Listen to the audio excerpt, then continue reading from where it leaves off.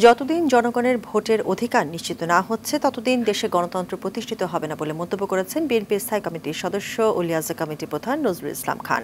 আর ষড়যন্ত্র থামাতে সব জায়গা থেকে আওয়ামী দোসরদের অপসারণে অন্তর্বর্তী সরকারকে পরামর্শ দিয়েছেন বিএনপি চেয়ারপারসন উপদেষ্টা মোয়াজ্জেম হোসেন আলাল।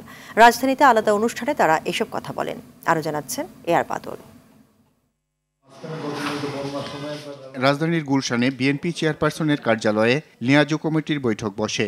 এতে যোগ দেয় 12 দলীয় জোট, জাতীয়তাবাদী সমমনা জোট, এলডিপি ও লেবার পার্টি।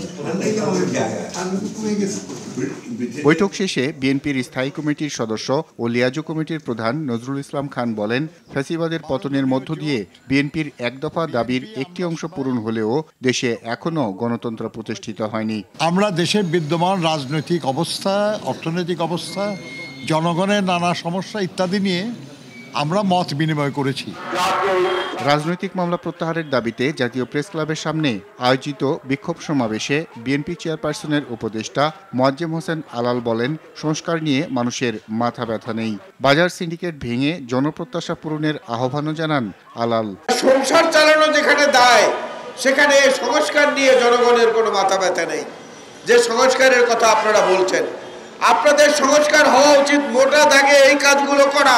বাজার সিন্ডিকেট কেন ভাঙতে পারছেন না? কেন কালোবাজারি মজুতদারীদেরকে ধরতে পারছেন না?